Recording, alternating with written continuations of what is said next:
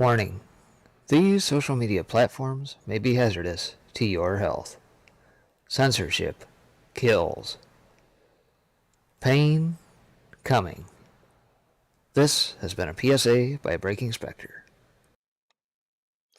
Well, good morning, everybody. How we doing? Spectre here now on this. I guess we're on the 20th day of October, cruising right along through the month. Hopefully, you guys are doing well. Nice, bright, sunshiny day here in the middle part of the country here. Nice, crisp day for this fall time. Hopefully, you guys are enjoying the season as we work our way through October here. Got a lot to get to here this morning, and we'll certainly do that here momentarily. Going to talk about the old rundown and what's happening in the markets here today. Got old Jen Psaki talking about the economy, so yeah, I'm keen to hear what her expertise has to say about the old economy. Didn't realize she was such a numbers person. Also, we're going to talk a little bit about some supermarket related things. Also, Facebook in the news with their Zuckerberg coin. Also, talk a little bit about propane, energy, things going on in the old marketplace, and a couple other odds and ends here. So stick around. I'll be right back to you here in just one moment. Hey, everybody. Spectre here. I want to tell you about my Teespring store that I just opened up with a handful of products in that for you guys, the listeners, the audience, those that are in chat on a day in, day out basis. Always appreciate your support, and I figured what the heck, we'll throw some merch out there for you guys. And so obviously with YouTube and nerd shenanigans as of late, I'm going to be looking to expand to other platforms, and well, that all comes at a cost, so I figured what the heck. That being said, I got some t-shirts and that out here. You can see those in black, white, and gray. Spectre Does News. Got a water tumbler, 20 ounce there. Got a coffee mug you can get in black or white. And of course, we got the Let's Go Brandon #FJB shirt, which you can also find in black, white, or gray. Right now, you can find that all over at https specters-storefront.creator-spring.com. That's https://specters-storefront.creator-spring.com. Thank you for your support. All right, well, that being said, right into it we go. Futures flat as Bitcoin nears all-time high, yen tumbles to four-year low. U.S. index futures were a little changed as investors weighed the start of the earnings season against growing stagflation, tightening, energy crisis, and China property and supply risks. And S&P 500 futures were flat after the cash index edged closer to a record on Tuesday, rising above 4,500. Contracts on the Nasdaq 100 were also unchanged after the main index rallied for the past 5 days. 7:30 a.m. Eastern Dow E-minis were down 8 points or 0.02%. So S&P 500 E-minis were down 1 point or 0.03%. And Nasdaq 100 E-minis were up 5 points or 0.03%. Oil was down and the dollar steadied. Bitcoin traded just shy of its all-time high overnight and was last seen around 64,000 per Bitcoin. Holy moly. So there you see all E-minis there. S&P closed higher on Tuesday with the biggest boost from the technology and healthcare sectors, and amid optimism about solid third quarter earnings season, the index is just 0.4% below its early September record close, while the Dow Jones Industrials average is 0.5% below its all-time high reached in mid-August. Earlier this month, stagflation was the buzzword on Wall Street, but now excessive pessimism is receding, especially after strong U.S. retail sales data on Friday, said Norihiro Fujito, chief investment strategist at Mitsubishi UFJ Morgan Stanley Securities. Tech shares and other high-growth shares that would have been sold on rising bond yields are rallying, which clearing shows that there is now strong optimism on upcoming earnings. And yes, I'm going to have a little bit more to say about earnings here momentarily, as we are definitely in earnings season. Chinese tech stocks listed in U.S. rally in pre-market with Hong Kong peers as jitters in the wake of President Xi Jinping's regulatory crackdowns fade. Pinduoduo up 1.7%, Didi up 1.3%. Some other movers on the day. Alibaba jumped 6.7% in Hong Kong after reports that founder Jack Ma has traveled abroad for the first time in a year. Yeah, if you remember right, he got disappeared for a while after the whole name just slipped right off the end of my tongue. His IPO and that he was about ready to do, and then whoop, that got yanked last year, and he got whacked a little bit. United Airlines gains 2% in U.S. pre-market trading after the airline posted a narrower loss than expected despite the impact of the coronavirus Delta variant. Cowen notes that third quarter was better than expected and also ahead of management's last guidance from early September. Novavax shares fall as much as 25% in U.S. pre-market trading after Politico reported a potential delay in registering its COVID-19 vaccine candidate with the U.S. Food and Drug Administration in connection with inadequate purity levels. Interesting. Vinco Ventures shares slumped 15% in pre-market trading after the company reported the resignations of Chief Executive Officer Christopher Ferguson and Chief Financial Officer Brett Vroman. Ford shares gain 1.7% pre-market after Credit Suisse upgrades to outperform with joint street high target of $20 following a significant turnaround over the past year. Stride gained 7.9% Tuesday post-market after the education company forecast revenue for the full year that beat the highest analyst estimate. WD-40 sank 10% in post-market trading after forecasting earnings per share for 2022 that missed the average analyst estimate. Apparently we need to have more squeaks to fix. Omnicom fell 3% in post-market trading after third quarter revenue fell short of some analyst estimates. Canadian National U.S. listed shares rose 4.6% in post-market trading after reporting adjusted earnings per share for the third quarter that beat the average analyst estimate. And Acro Therapeutics shares rose as much as 12% in Tuesday extended trading after the company said the U.S. Well, where's the rest of it? I guess it got cut off. Not sure what exactly happened there, but nonetheless. Verizon Communication, Abbott Laboratories, Tesla, Inc., Kinder Morgan, and IBM are set to report their earnings later in the day.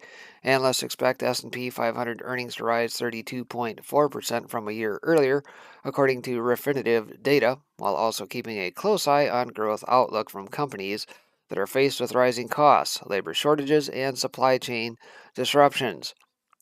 Some other movers on the day, Falck Renewable shares rise as much as 15% after Infrastructure Investments Fund agrees to buy Falck SPA's 60% stake in the company at Euro 81 a share. IIF will launch a mandatory cash tender offer for Falck Renewables' remaining share capital after the transaction.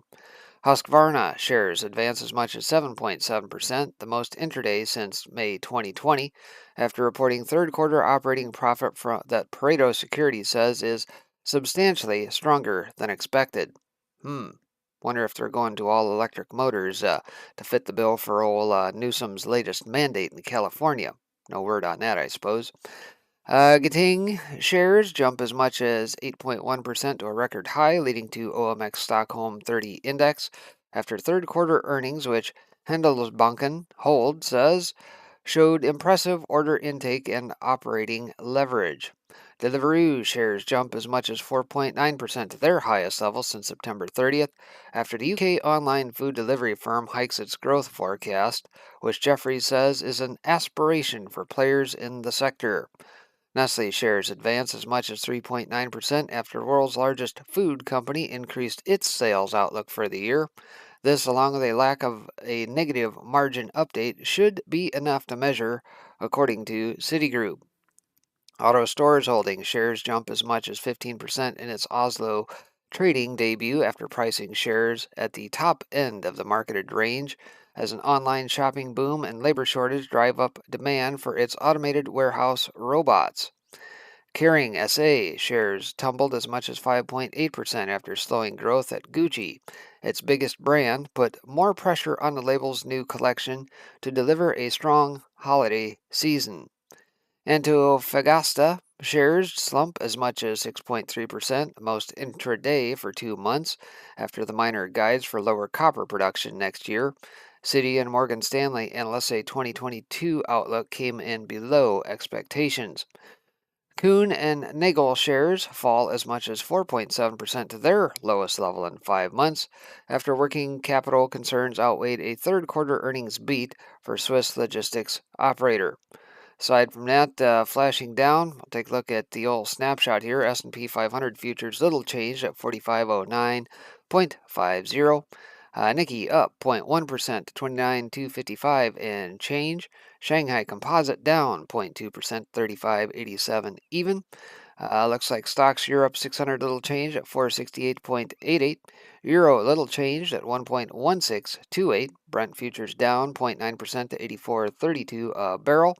Gold spot up 0.5% to 1777.33 an ounce, and the U.S. dollar index little changed at 93.8. Some other news overnight out of Bloomberg. Business Secretary Kwasi Kwarteng said there won't be a fresh lockdown of the UK economy, even as COVID-19 cases tick upwards, and Prime Minister Bojo warns of a difficult winter ahead. The recovery in France and in Europe remains very strong. Bank of France Governor Francois Villeroy de Guilhau says on Wednesday during a National Assembly Finance Committee hearing. The yen's tough year is only going to get tougher as a rising tide of oil prices and global yields threaten to send Japan's currency past 115 per dollar for the first time since 2017. People's Bank of China Deputy Governor Pan Gongsheng says financial activities by China's property sector and financial market prices are gradually becoming normal, China Business News reports, citing a speech at a forum in Beijing. Sinic Holdings Group Company became the latest Chinese real estate firm to default as investors wait to see whether China Evergrande Group Inc. will meet overdue interest payments on dollar bonds this week. And they said it's going to be contained, right? No contagion. We'll have to see about that. Some other top Asian news. Abu Dhabi's top fund backs Indonesia's largest internet firm. Singapore Category E COE price rises to highest since October 2013. China Liu He says property market risks are controllable for 21st.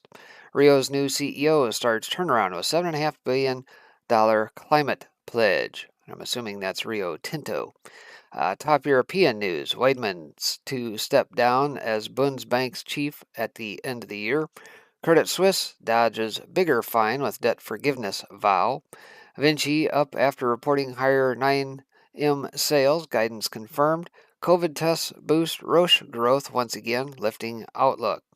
And some other news on the event calendar today, 7 a.m. we got October MBA mortgage applications. A prior print was a 0.2%.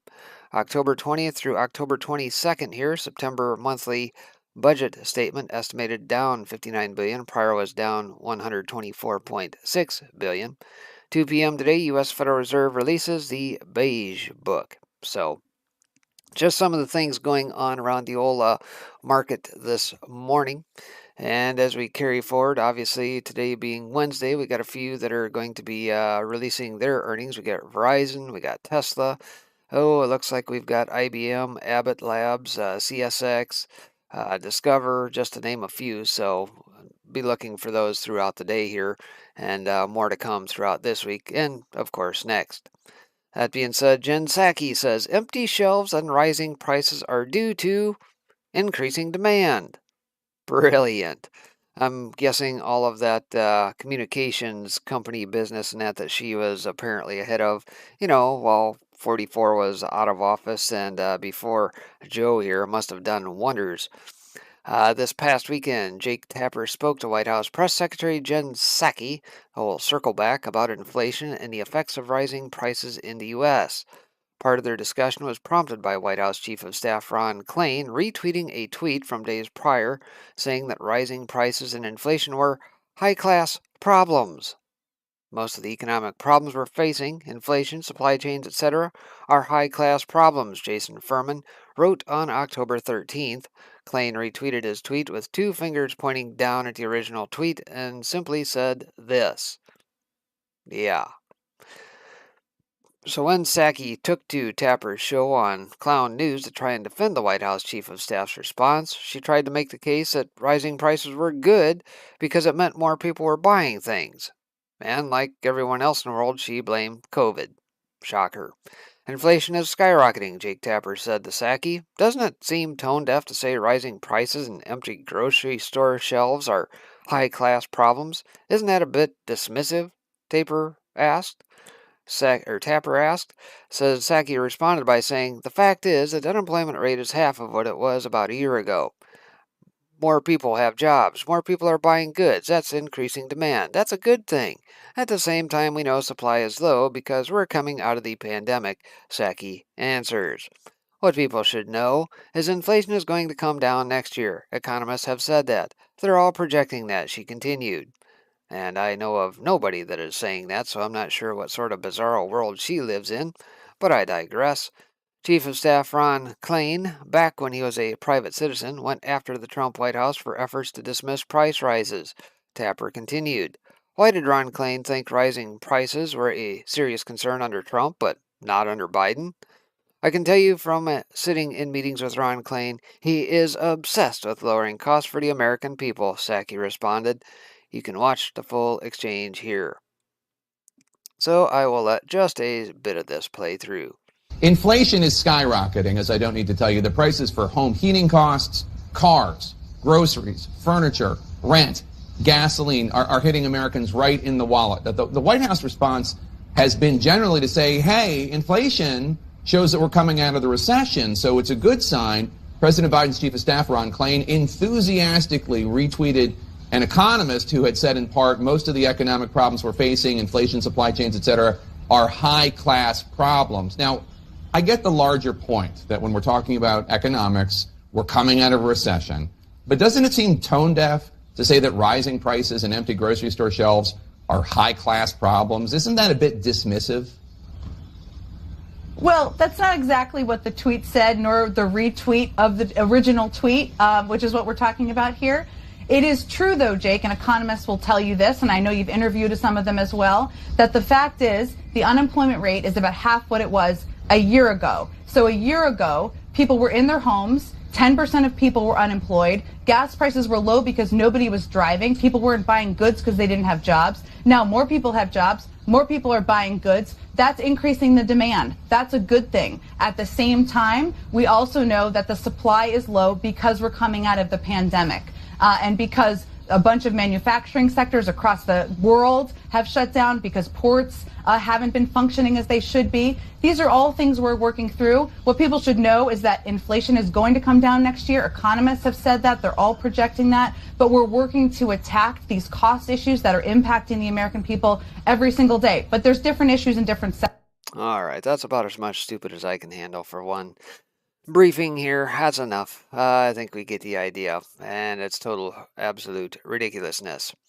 Billionaire supermarket owner warns food prices will go up tremendously. This yesterday out of the Epoch Times, as the owner of a New York City supermarket chain predicted the food prices will increase sharply in the coming months, with some increasing 10% in the next 2 months. John Katsimatidis, the billionaire supermarket owner of Gristedes and D'Agostino Foods, warned that food giants such as Nabisco, PepsiCo, and Coca-Cola will prioritize raising prices on products. "I see over 10% price increase in the next 60 days, he said in an interview with Fox Business on Monday, adding that the trend will not drop anytime soon. Let's take a listen. Joining me right now is the United Refining Company Chairman and CEO, John Katsimatidis. He is also the President, Chairman, and CEO of Gristedes Grocery and D'Agostino Foods and the Red Apple Group. John, it's great to see you. Thanks very much for being here. You are wonderful to join me to talk a little about these issues, because we're talking about the disruptions in the supply chains and inflation being real issues. What are you seeing from your standpoint in regards to both of those issues? You know, Maria, we're both in the oil business and we're in the food business, so I see all ends of the chain.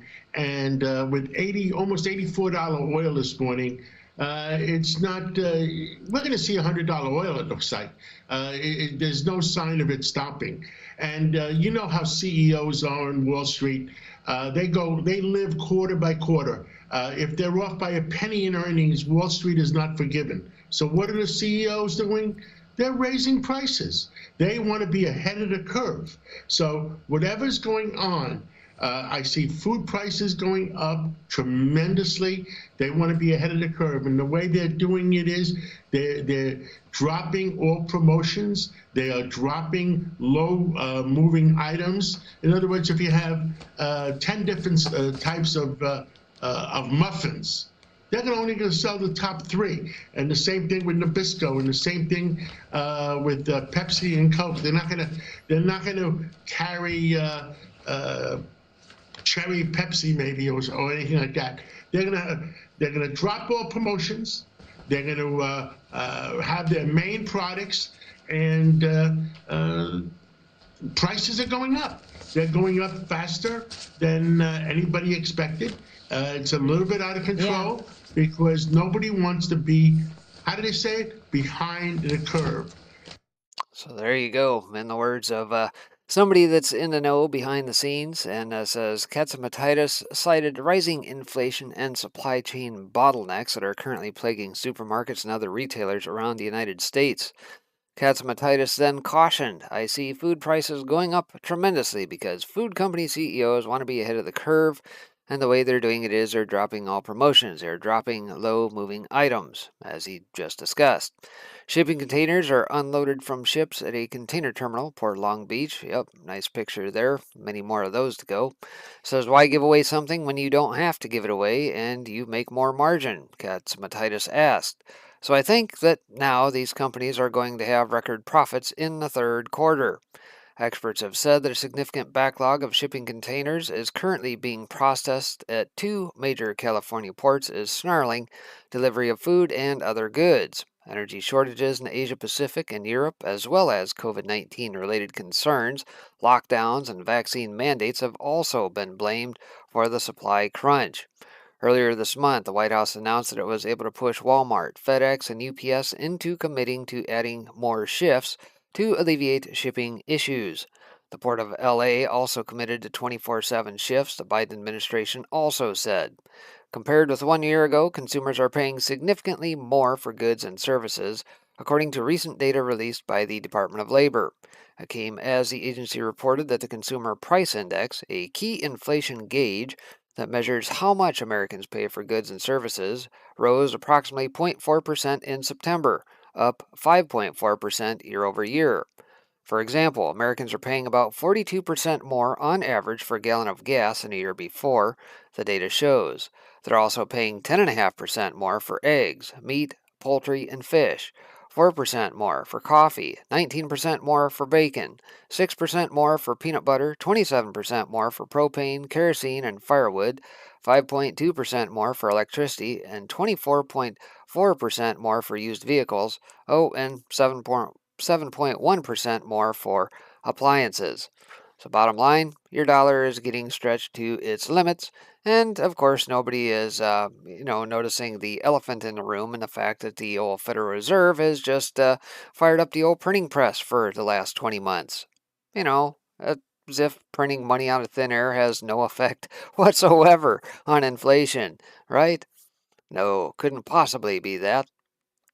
And so aside from that, more craziness, here you get the yin yangs over at the Senate unloading on Zuckerberg here. And of course, Zuckerberg is wanting to basically rehash Libra, the former coin and that they want to put forward in a new form. And so you get old Pocahontas here speaking out about it today, or yesterday rather. Warren Brown, unload on Zuckcoin. Facebook cannot be trusted to manage a digital currency. This coming from Pocahontas, right? This is on a day that was pretty packed with a whole host of other news. Facebook apparently couldn't slip by without the Dems in the Senate, or rather 2 of them, Elizabeth Warren and Sherrod Brown, making a little stink about their long-anticipated stablecoin pilot project, which is supposedly about to debut before the end of the year. The pilot project will involve only 2 countries at first, the U.S. and Guatemala. Famously, Guatemala is a country where a lot of remittance payments are sent, often by informal or under-recognized means, by Western Union or banks or other intermediaries that have been previously charging for the service. The Dems have famously claimed to care about the fate of these people and their families. Yet, Warren and Senator Banking Committee Chairman Sherrod Brown are urging Facebook to immediately cease the company's pilot project, as Bloomberg wrote, for fear that Facebook doesn't have the capacity to manage some of the money supply since it's already too preoccupied fixing all the other problems in its shop, regarding January 6th and all that other stuff the Dems love to talk about. Facebook cannot be trusted to manage a payment system or digital currency when its existing ability to manage risks and keep consumers safe has proven wholly insufficient, the senators write today in a letter to Zuckerberg. The federal government has already made its views about Zuckerberg's latest science project well known, and that policy is effectively this. They're okay with Zuckerberg proceeding so long as he coordinates his actions with the Fed. That's important because, as we have explained, it effectively makes Facebook Coin, or Novi, or DM, or whatever they're calling it now, the proxy for the Fed coin. But since they have literally already allowed thousands of random people to create currencies out of effectively thin air, they have no choice but to accept Zuckcoin. There we see it, old Zuckcoin. It's kind of like what they're telling us about how we should trust them. Facebook can't be trusted to manage cryptocurrencies, senators, but trust the Senate. Exactly. Wouldn't throw Pocahontas any farther than, well, you get the idea. So, all sorts of ridiculousness. Outside of that, IHS Markit warns of Armageddon for U.S. propane market. So, obviously, fuel oils and things of that nature are still under assault, all aspects of energy at this point. The expanding energy crisis is causing propane to rocket higher as supplies dwindle to below seasonal levels, as research firm IHS Markit Limited warns of Armageddon during the Northern Hemisphere winter. And here we show the apparently depleting stockpiles. Says IHS analyst Edgar Ang told attendees during a virtual presentation on Tuesday that U.S. propane inventories are at a record low and will be extremely tight as cold weather is ahead. Mean temperatures in the lower U.S. 48 are expected to dip into the 60 to 55 F range through the end of this month. And here we see their projections. Heating degree days are set to soar by month end, suggesting the heating season has already begun. And here we see the rise up with the U.S. lower 48 heating degree days. Ang said first quarter 22 prices are already above later dated supplies that it may indicate players are preparing for propane market Armageddon. He warned some areas of the country might be prone to shortages this winter. Propane prices, which are used for heating, resident, and commercial building structures, and also used for industrial production of plastics, have jumped to the highest in a decade due to increasing overseas demand and tight production. The surge comes as a global energy crunch threatens to derail the global economy. And here we see, prices net, not seen since, I suppose you cross all the way back to, 2014, maybe pushing back to 2011 levels. See how things were much better under DJT? Funny how all this stuff broke loose when the new guy came in, huh? In a separate report, the Energy Information Administration expects households that use propane and heating oil this year will spend much more than last. This could strip out some of their spending in other areas of the economy, such as eating out. Soaring energy prices, plus food, shelter, and other costs will continue to pressure the Biden administration to solve persistent inflation that eats away at real wages. By the way, inflation, it's a tax, everybody. Making matters worse, IHS expects a cooler winter that could boost energy demand and continue to place a bid under propane prices, analyst Viral Mehta said. It's only now that the Biden administration wishes there was global warming. Oh, don't worry, they'll fire that up too, and it's just going to be another tax that we have to pay for. So, yeah, there's that. And aside from that, China's magnesium shortage could spell more trouble for global car industry. So yesterday we've been talking about aluminum, we've been talking about coal, energy sector, you name it.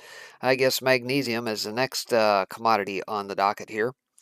Says while a shortage of semiconductors has plagued the global automotive industry this year, the market is now turning its focus to magnesium, a hardening agent of aluminum. Such a shortage could paralyze the aluminum billet production used to make engine blocks, gearboxes, frames, body panels, and rims, among other critical items for autos in Europe and the Americas. A magnesium shortage could trigger a shortage of aluminum, which in turn could also hit car production. We stress at this point that such a scenario is not yet included in our estimates. The issue has just emerged and no car maker is yet warned about it, Bank of America securities analyst told clients in a note. The source of the shortage is China's monopoly on global magnesium production.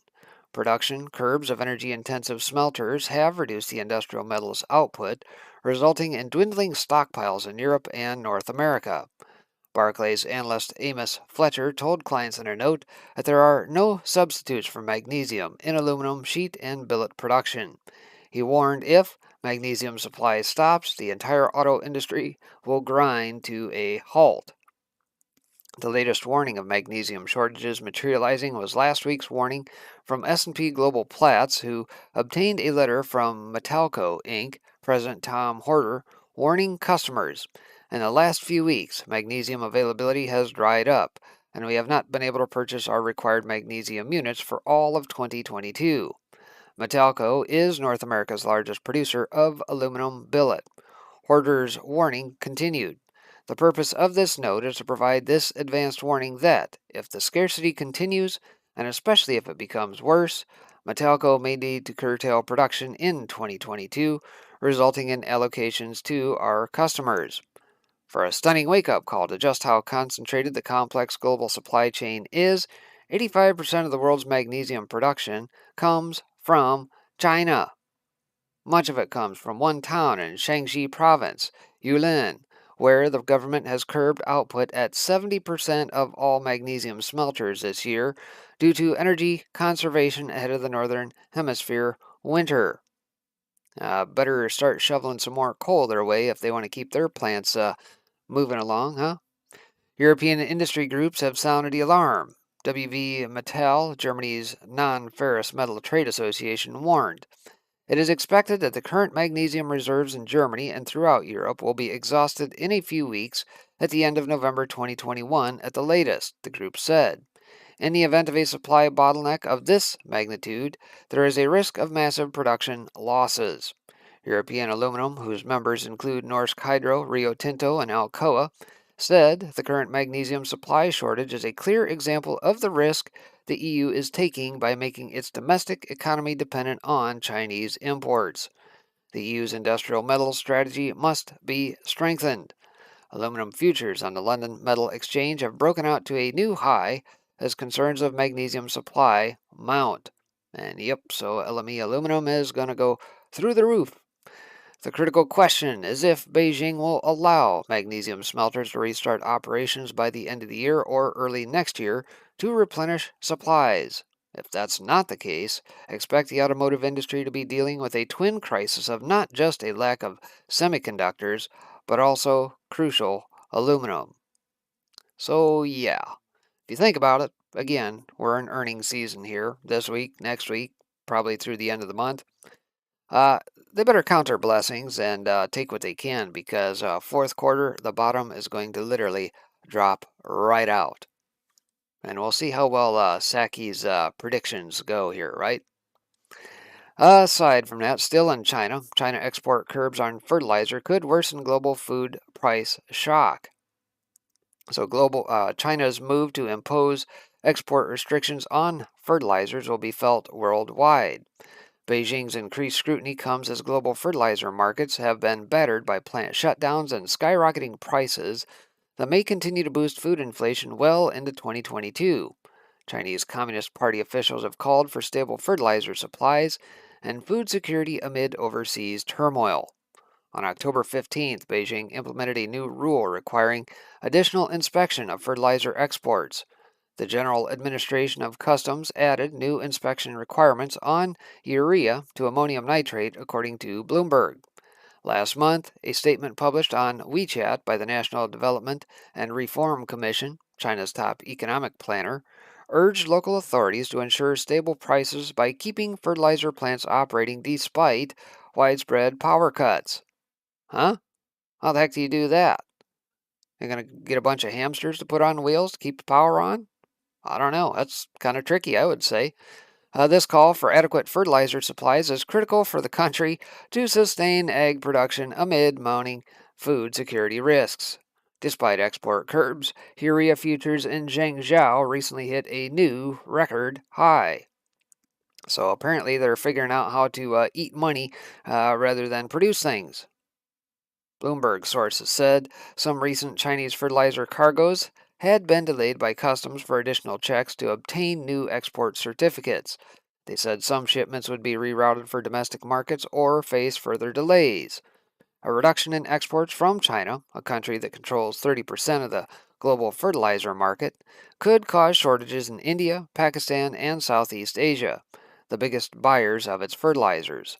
Higher prices could force farmers to plant less and or have to raise crop prices.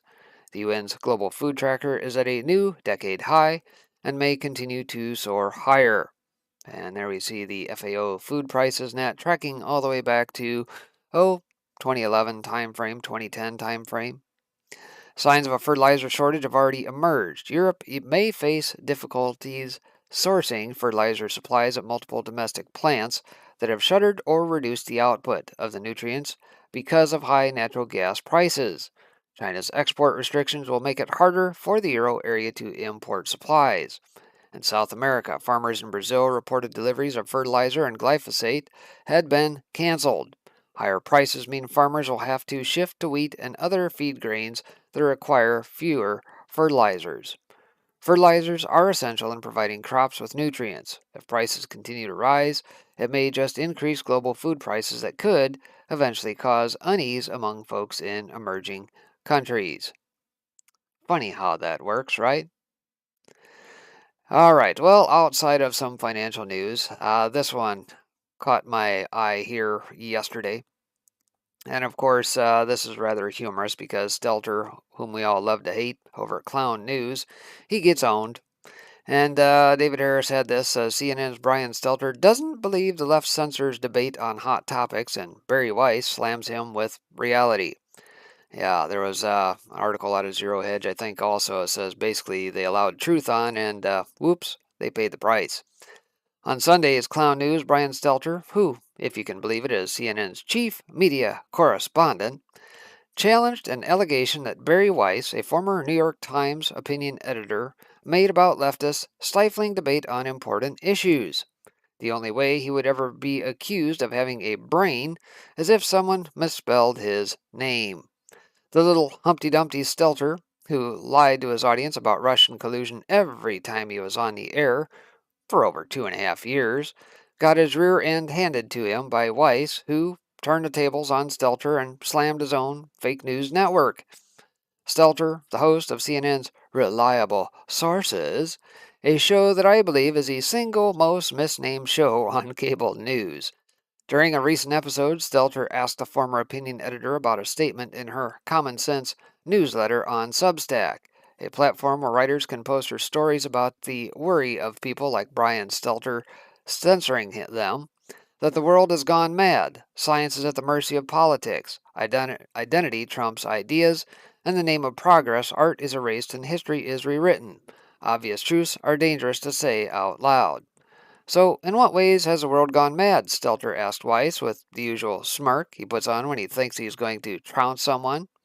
Weiss was ready for the question because, as you could tell, she thought a lot about the topic, as many millions of Americans have as well. When you have the chief reporter on the beat of COVID for the New York Times talking about how questioning or pursuing the question of the lab leak is racist, the world has gone mad, she said. When you're not able to say out loud and in public that there are differences between men and women, the world has gone mad. When we're not allowed to acknowledge that rioting is rioting, and it is bad, and that silence is not violence, but violence is violence, the world has gone mad.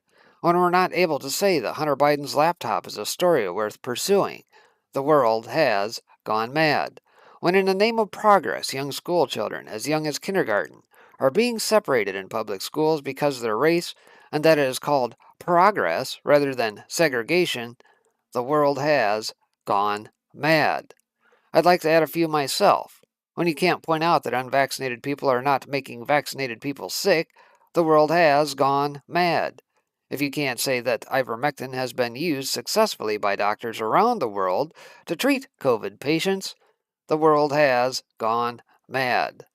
Stelter broke in and interrupted her to stop the hemorrhaging. He realized he was happening to his network the more she spoke, and tried to push back on her claim that debate and discussion is not allowed, and asked who is stopping the conversation. Who are they? Stelter is either a complete ignoramus or a filthy liar. You can be the judge. There is no way he doesn't know the pressure put on people who disagree with the woke supremacy that he is a part of. Again, Weiss was at the ready for Stelter's challenge and slammed Clown News as well. People that work at networks frankly, like the one I'm speaking on right now, who try and claim that it was racist to investigate the lab leak theory. She's right. Clown News and the rest of the usual suspects said it was racist to call COVID-19 the Wuhan virus. People had to remind the fake news networks that viruses are named after their origin points. The Spanish flu, Lyme disease, Ebola, etc., just to name a few. It appeared the fake news outlets went out of their way to protect China, while at the same time accusing Trump and his supporters of being racist by calling the Wuhan virus or the China virus. Stelter tried to argue back, saying that journalists are not being prevented from discussing or questioning any of the issues she mentioned. She replied with a response that is obvious to anyone who is to the right of Vladimir Lenin, pointing out that the consequences of saying anything that goes against the woke supremacy leads to cancel culture, which could bring a whole host of problems your way, things like losing your job, being kicked off social media platforms, even doxxed, and put in physical harm's way. You and I both know, and it would be delusional to claim otherwise, that touching your finger to an increasing number of subjects that have been deemed third rail by the mainstream institutions and increasingly by some of the tech companies will lead to reputational damage, perhaps losing your job, your children sometimes being demonized as well. And so what happens is a kind of internal self-censorship. Weiss told the bobble-headed Stelter. This is something that I saw over and over again when I was at the New York Times. So perhaps I'll just let a little of this bit of brevity play through. You're right. There are tens of millions of Americans who aren't on the hard left or the hard right who feel the world has gone mad. So in what ways has the world gone mad? Well, when you have the chief reporter on the beat of COVID for the New York Times talking about how questioning or pursuing the question of the lab leak is racist, the world has gone mad. When you're not able to say out loud and in public that there are differences between men and women, the world has gone mad. When we're not allowed to acknowledge that rioting is rioting and it is bad, and that silence is not violence, but violence is violence, the world has gone mad. When we're not able to say that Hunter Biden's laptop is a story worth pursuing, the world has gone mad. When, in the name of progress, young school children, as young as kindergarten, are being separated in public schools because of their race, and that is called progress rather than segregation, the world has gone mad. There are dozens of examples that I could share with you and with your viewers. And you say everyone allowed. Sort of knows this, and you say we're not allowed, we're not able. between... Who's the people stopping the conversation? Who are they?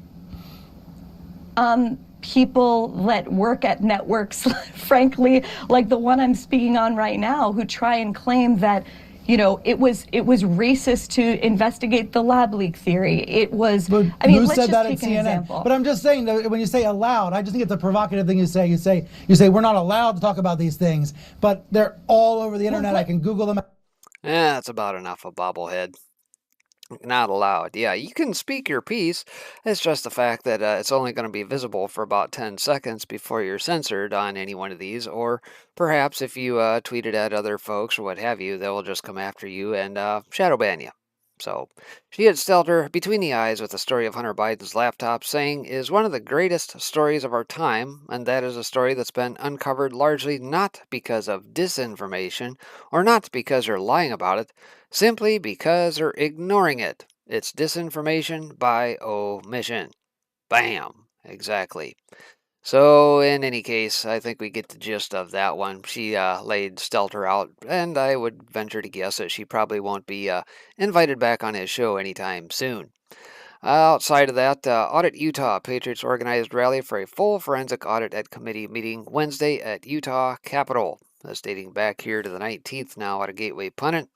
And of course, we've talked ad nauseum about the efforts to audit many of these states. We know that people like Wendy Rogers and that have been out circling the country trying to whip this up. And of course, this dates all the way back to the Cyber Symposium at Lindell's here a couple months back now, getting all 50 states aboard. Patriots in Utah will hold a rally on Wednesday for a full forensic audit of Utah's 2020 election. Election integrity is on the agenda at tomorrow's Utah Judiciary Interim Committee meeting, and the Patriots want to be heard. This item was placed on the agenda by House co-chair Carrie-Ann Lisenby, and a key speaking slot was given to Utah State Rep. Steve Christensen. Although President Trump won and was declared the winner in Utah, many still have doubts in Dominion and the state's voter rolls, including Utah State Rep. Steve Christensen. Salt Lake County, Utah's largest county, ran their election with Dominion, and President Trump received 11 points fewer than Biden. Rep. Christensen has been fighting for an election audit in Utah, and he is the featured speaker at this rally. Rep. Christensen toured the Arizona audit in June, and he told the Gateway Pundit that he would like to replicate this process in Utah. This rally will take place on October 20th outside of the Capitol in Salt Lake City at 11 a.m. before the Judiciary Interim Committee meeting begins. The Capitol is at 350 State Street, Salt Lake City, Utah. Grassroots Patriots will then organize inside to testify and give public comments at 12:45 p.m. before the meeting at 1:15 p.m. SLT Rib reports, it's certainly possible that Wednesday's committee meeting could lead to a similar subpoena-fueled audit. But here's a possible roadblock. Interim committees have a House and Senate chair, so there's not a single person in charge, and Utah code clarifies that any subpoena must include the name of the legislative body or office on whose behalf the subpoena is issued. This suggests that any decision to issue a subpoena would be subject to a committee vote. Because interim committees are made up of both House and Senate members, any vote must get a majority from both bodies, not just the committee as a whole. There are 5 senators and 12 representatives on the committee. A subpoena would require a yes vote from 3 senators and 7 representatives. And here we see Wendy Rogers, yes, audit Utah. Activists plan to pressure Utah lawmakers to audit the 2020 election. Says Utah State Reps Steve Christensen and Philip Lyman are the only legislators from Utah that have added their names to Arizona State Representative Wendy Rogers' Audit 50 States letter. Contact your state legislators in Utah and tell them to sign Wendy Rogers' Audit 50 States letter, and contact the Judiciary Interim Committee to demand an audit in Utah. This Utah committee can issue subpoenas for the audit, as was done in Arizona. Contact these legislators and demand subpoenas here. You can follow the link there. So, in essence, yes, looks like efforts in that are ongoing to try and get it done in Utah, a state that DJT did carry.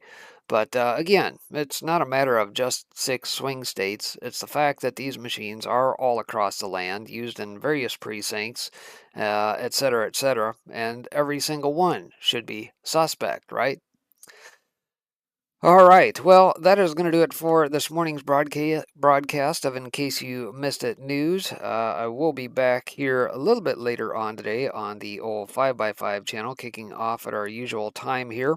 I'll be kicking off about 3 p.m. Eastern for that, so you can join me on the broadcast over there this afternoon. Have a lot more to say about many other things other than just finance, as there's certainly plenty of things going on around the old globe. So that being said, appreciate you guys tuning in as always. And by the way, I did kick out an upload here in the overnight hours. You may want to check that out on the channel here. Talking about the War On For Your Mind. A couple interesting pieces put out by NATO and an exercise that they're doing to basically tap into your brain. And Caitlin Johnson had a follow-on article as well. So if you get the opportunity, check that out as well. If not, heck, I may end up playing it here today and perhaps the 3rd hour over on 5x5 today. So appreciate you guys tuning in, and we'll see you back a little later on today. Take care. God bless, everybody.